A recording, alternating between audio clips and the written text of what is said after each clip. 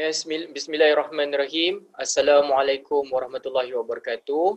Alhamdulillah pada hari ini, hari Ahad, kita bersama-sama dapat mengisi masa dan mengisi ruang untuk kita bersama-sama untuk kita menghadiri ke majlis ilmu secara dalam atas talian, iaitu dalam Usrah Ilmuwan siri yang ke-33 dengan bertajuk Total Lockdown, What is the Issue? Jadi sebelum kita memulakan usrah kita pada hari ini, kita buka majlis kita dengan Ummul Kitab Al-Fatihah.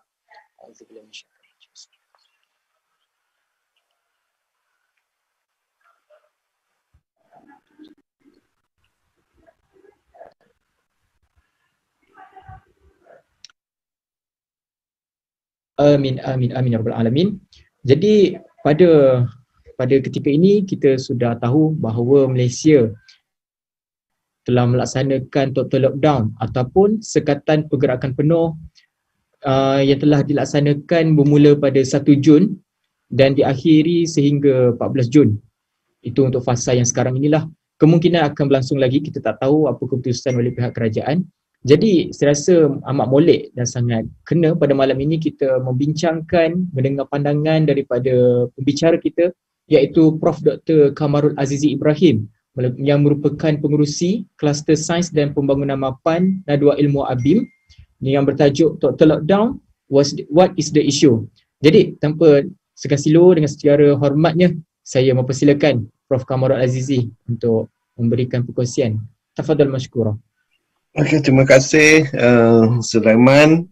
Bismillahirrahmanirrahim. Alhamdulillah rabbil alamin wassalatu wassalamu ala syafil anbiya wal mursalin wa ala alihi wa sahbihi ajma'in. Assalamualaikum warahmatullahi dan salam sejahtera.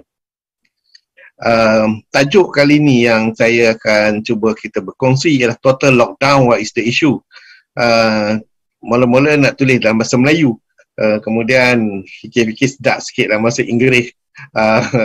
Jadi itulah tajuknya. Jadi what is the issue ialah apakah isu yang berkaitan ya dengan total lockdown ini. Dan gambar tu sengaja bubuh gambar orang ulama lama. Banyak juga orang komen yang itu. Mungkin kena tukar balik gambar biasalah macam Profesor Emeritus Prof Yusuf tu, tengok gambar dia cantik sikit. Baru nampak moden sikit, kalau tidak nampak itu lama sikit. Okey. Di total lockdown, what is the issue? Mula saya just again sebagai biasa kita define dulu apa dia lockdown. Lockdown is a restriction policy, satu polisi di mana kita menyekat pergerakan orang ataupun komuniti pada satu tempat ya, dan dengan itu perlulah mereka stay at home, berada kat rumah ataupun dekat shelter di mana yang sesuai ya, dan tidak bergerak bebas ya, keluar. Jadi itu apa yang dimaksudkan dengan total lockdown. Dan punca utama kita ingin membincangkan perkara ini kerana Yang Amat Berhormat Perdana Menteri Muhyiddin Yassin telah buat announcement ya, bahawa kita akan pergi kepada lockdown ini pada 1 bulan Jun hingga 14 bulan Jun. Jadi ini adalah satu perkara yang memberi kesan ya, bukan saja kepada rakyat Malaysia secara amnya dan juga secara detailnya. Secara detailnya juga secara amnya. Jadi kita perlu melihat ya, dari sudut kita sebagai ilmuwan ni, memberi pandangan mengenai perkara ini supaya kita jelas ya apa yang dimaksudkan lockdown ini.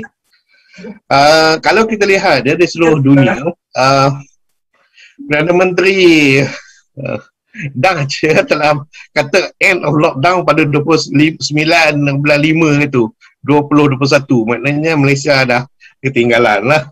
Dalam hal ni dia pun dah nak akhir dah lockdown, kita baru nak start lockdown. Cuma kita kalau nak ikutkan lebih kurang sama macam Palestin lah. Palestin baru nak start lockdown pada 29 bulan 5, dan Great Britain, UK masih lagi lockdown, tak habis-habis lagi. So masih tak end lagi. So nampaknya kalau kita nak ikut kaedah ataupun keadaan di Britain ni, UK ni, nampaknya kita akan panjang lagi lah. So mereka dah start lockdown 5 November 2020. So dah lama lah lockdown, tak lagi lepas-lepas lagi. Dan India sebenarnya kita ketahui lagi teruk lah. Sampai sekarang pun tak lepas-lepas lagi masih lockdown. Cuma itulah kadang-kadang bila kita tengok adakah lockdown ini solution yang tepat, penyelesaian yang tepat. Ini dia yang kita nak bincangkan dalam masa lebih kurang 45 minit ini supaya kita jelas apa yang berlaku. Lockdown ni kalau nak kata dalam Quran kalau kita tengok dalam internet banyaklah yang menyebut perkara ini walaupun taklah dinamakan lockdown dalam bahasa Arab dia, tetapi apa yang difahamkan ialah lebih kurang macam itulah. Sebagai contoh Nabi Adam pula Nabi Nuh minta maaf Nabi Nuh dan umahnya tengah di lockdown di atas kapal. Cuma yang interestingnya orang kafir semua matilah oleh kerana kena banjir tersebut. Saya anggap ini sebagai Muslim centric lah dari konsepnya. Minta maaf itu salah cetak Adam pula. Begitu juga yang famousnya ialah Nabi Yunus alaihi salam yang lockdown dalam whale lepas dia menunjukkan kemarahan dia kepada umat dia yang tak mau dengar cakap dia. So saya anggap ini sebagai prophet centric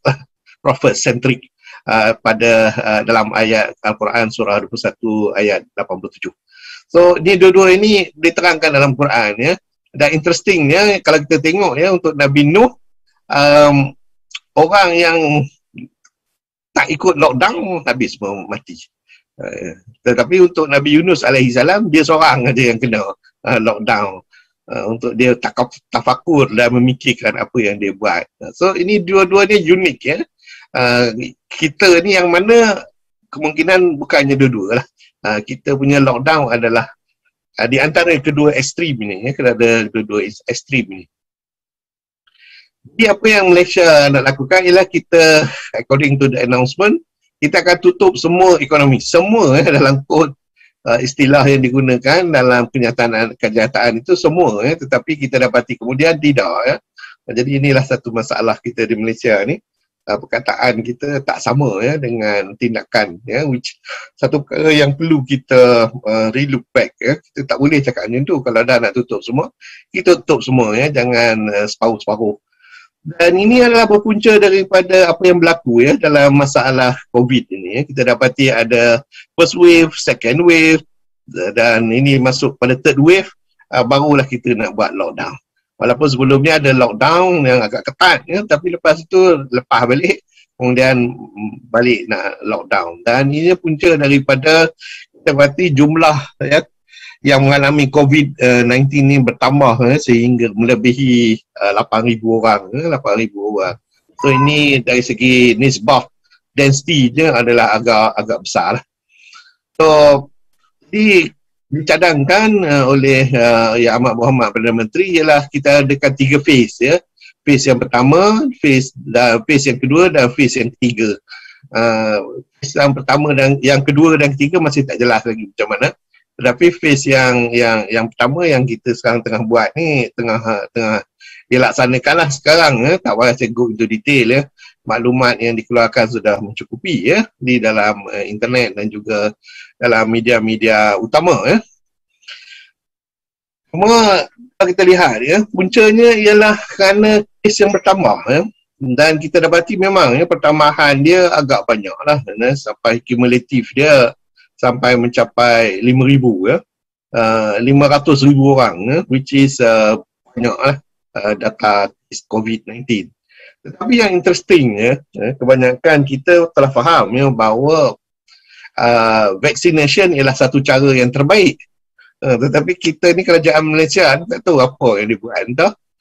Kita punya vaccination kita dalam mengikut kumulatif dia baru 3 juta. Which is agak rendah lah kerana rakyat Malaysia ada lebih kurang 36 juta.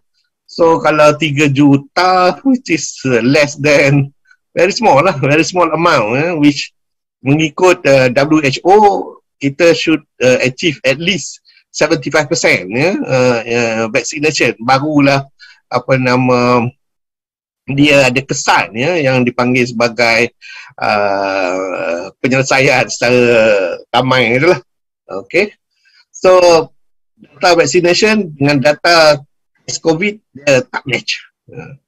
Inilah dia ni yang kita nak kena highlight ni.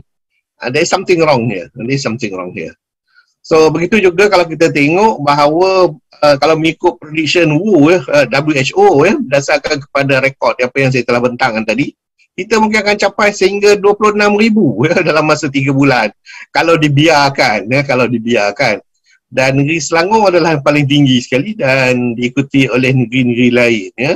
Jadi kita nampaklah kat mana. Cuma yang saya tak tunjukkan kat sini ialah dari ramai-ramai orang dekat Selangor tu yang ramai yang kena, yang banyak kes ni, dan begitu juga di tempat lain, kebanyakannya adalah berpunca daripada ekonomi ya, iaitu source dia ialah ekonomi, iaitu disebabkan oleh pelaksanaan ekonomi, orang-orang ekonomi yang keluar ya. Tetapi data statistik tu telah tak